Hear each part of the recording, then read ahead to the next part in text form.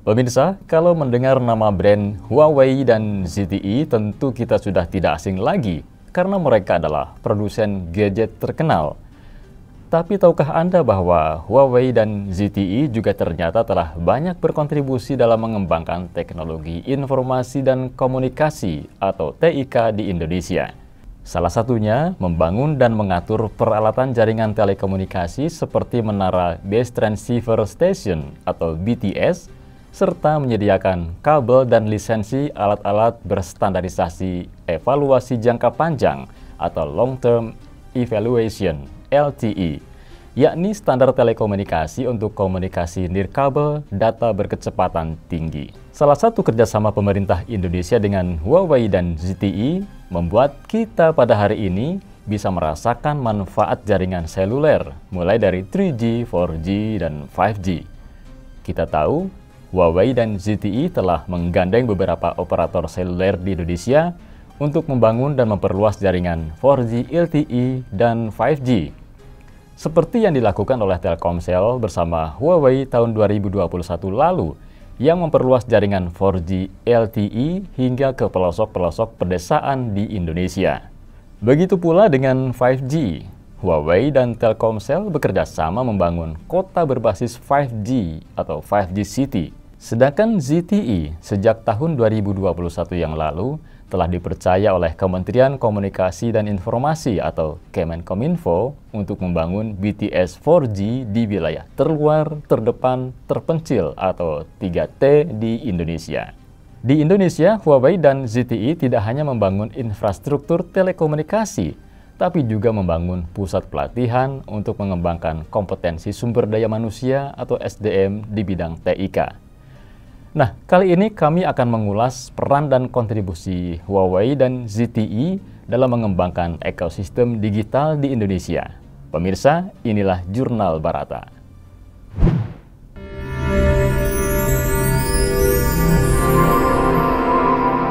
Jurnal Barata. Huawei Technologies Co. Ltd. dan Zhongxing Telecommunication Equipment Corporation atau ZTE merupakan perusahaan teknologi asal Tiongkok yang memproduksi infrastruktur dan perangkat keras seperti peralatan jaringan telekomunikasi operator jaringan. Para operator jaringan ini adalah provider jaringan komunikasi seperti halnya Telkomsel, Indosat, XL, dan sebagainya. Mereka inilah yang menjual jasa pada konsumen untuk menggunakan infrastruktur yang disediakan oleh para perusahaan manufaktur, dalam hal ini yaitu Huawei dan ZTE. Menyediakan infrastruktur bagi operator jaringan atau provider sebenarnya bukanlah satu-satunya lini bisnis Huawei dan ZTE. Mereka juga memiliki jangkauan aktivitas bisnis lain yang lebih luas, seperti bisnis konsumen yang memproduksi dan menjual smartphone, tablet, dan laptop pada konsumen. Ada pula bisnis perusahaan yang menyediakan solusi hardware dan software bagi perusahaan dan organisasi besar lainnya, seperti untuk universitas dan pemerintah daerah. Selain itu, ada juga bisnis carrier atau operator penyedia infrastruktur telekomunikasi yang menyediakan peralatan jaringan untuk operator di negara tertentu. Dalam hal ini, pembahasan kita akan fokus pada bisnis carrier Huawei dan ZTE di Indonesia, yang mana bisnis ini mencakup hardware dan software utama yang selama ini digunakan oleh pemerintah kita. Pemirsa, kita tahu bahwa pada tingkat global, termasuk di Tiongkok sendiri, Huawei adalah market leader atau pemimpin pasar berdasarkan pendapatan dalam bisnis peralatan perusahaan carrier. Sedangkan ZTE adalah pemain biasa. Namun Tiongkok sebagai rumah pasar bagi dua perusahaan tersebut justru bernilai sekitar 1/4 dari pasar peralatan perusahaan carrier global. Untuk di luar Tiongkok, pangsa pasar Huawei bersaing ketat dengan pangsa pasar Nokia dan Ericsson. Sedangkan ZTE merupakan pemain yang relatif kecil di luar Tiongkok di segmen ini. ZTE membuka bisnis di Indonesia pada tahun 1999 melalui pendirian cabang di Jakarta. Setahun kemudian, Huawei masuk ke pasar Indonesia. Huawei menandatangani kontrak kemitraan pertamanya di Indonesia pada Juni 2003 melalui kontrak senilai $10 juta dengan PT Excelcomindo Pratama untuk memasok peralatan GSM, sebuah teknologi komunikasi seluler digital yang diperlukan dalam memperluas jaringan operator tersebut di Sumatera, Kalimantan, dan Sulawesi. Sementara itu, proyek pertama ZTE ditandatangani pada Juli 2004 ketika diberi kontrak senilai 47,6 juta dolar Amerika Serikat untuk membantu Telkom Indonesia membangun jaringan CDMA, yakni teknologi komunikasi yang digunakan dalam sistem telepon seluler frekuensi ultra tinggi atau UHF. Juga membangun jaringan yang menghubungkan Jakarta dan wilayah di sekitarnya. Nah pemirsa, keberhasilan kedua perusahaan ini diikuti oleh serangkaian kontrak utama yang terus mengalir dari pemerintah dan perusahaan telekomunikasi Indonesia yang terkadang juga harus bekerja sama dengan perusahaan TIK asing lainnya untuk mengembangkan jaringan seluler dan infrastruktur telekomunikasi.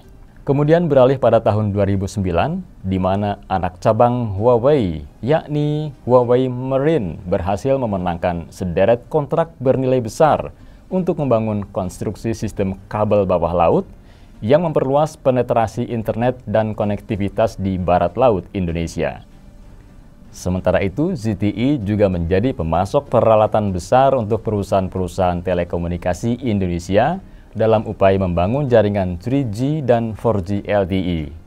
Pada awal tahun 2010, Huawei dan ZTE menawarkan jasa lebih banyak di luar konstruksi jaringan telekomunikasi untuk memenuhi tujuan pemerintah Indonesia dalam digitalisasi ekonomi dan pemerintahan.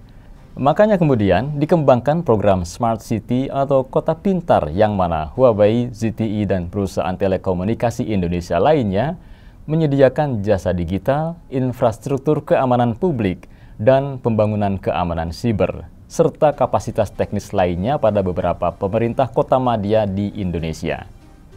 Sebelum itu, ZTE juga telah menandatangani nota kesepahaman atau MOU dengan pemerintah Kota Makassar pada Agustus 2005 guna memperbaiki sistem keamanan umum termasuk melalui penggunaan teknologi pada pekerja kedaruratan agar bisa berkomunikasi dan memberi respon terhadap krisis secara cepat.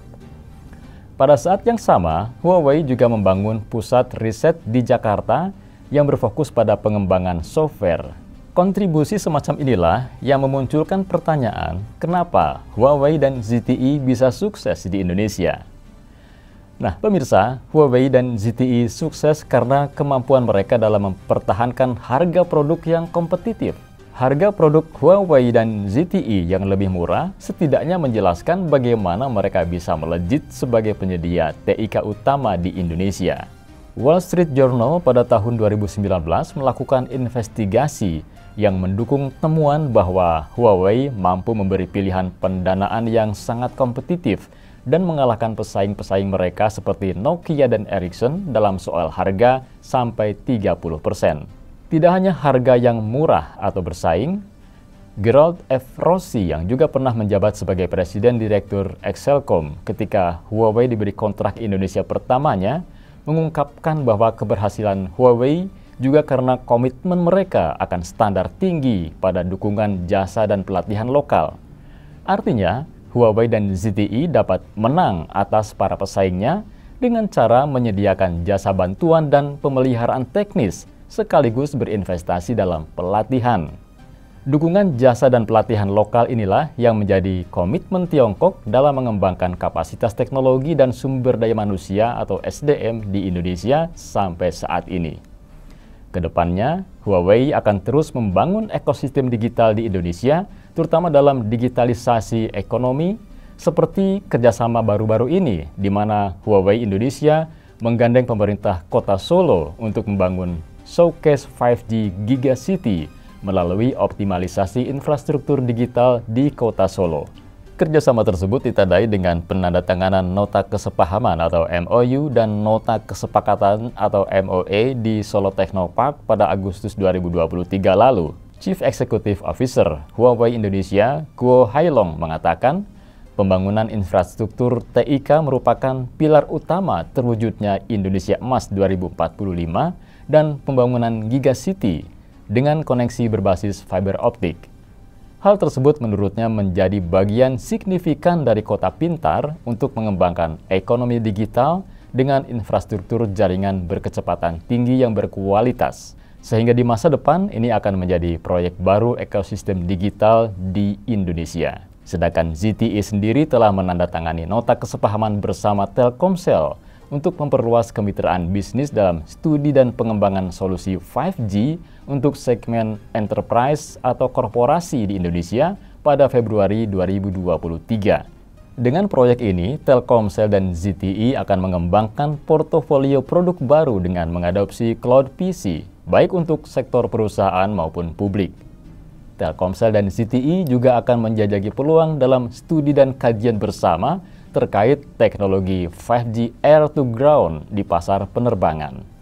Jadi, apa yang dilakukan Tiongkok di Indonesia, khususnya oleh Huawei dan ZTE, selain bertujuan untuk memperluas jangkauan bisnis dan mendapatkan keuntungan dari kerjasama ekosistem digital, Tiongkok juga berupaya agar Indonesia dapat mandiri dalam mewujudkan cita-citanya menuju Indonesia Emas tahun 2045. Nah pemirsa, demikianlah ulasan singkat Jurnal Barata kali ini. Saya Endro dan tim redaksi mengucapkan terima kasih atas perhatian Anda dan sampai jumpa. Demikian Jurnal Barata.